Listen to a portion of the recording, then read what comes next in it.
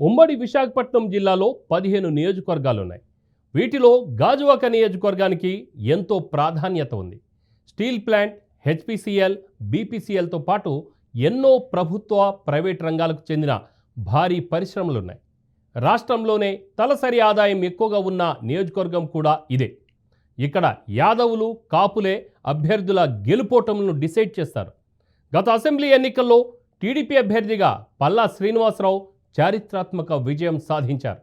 ఆయన తన సమీప ప్రత్యర్థి మాజీ మంత్రి గుడివాడ అమర్నాథ్పై 95,235 ఓట్ల ఆధిక్యంతో విజయం సాధించారు.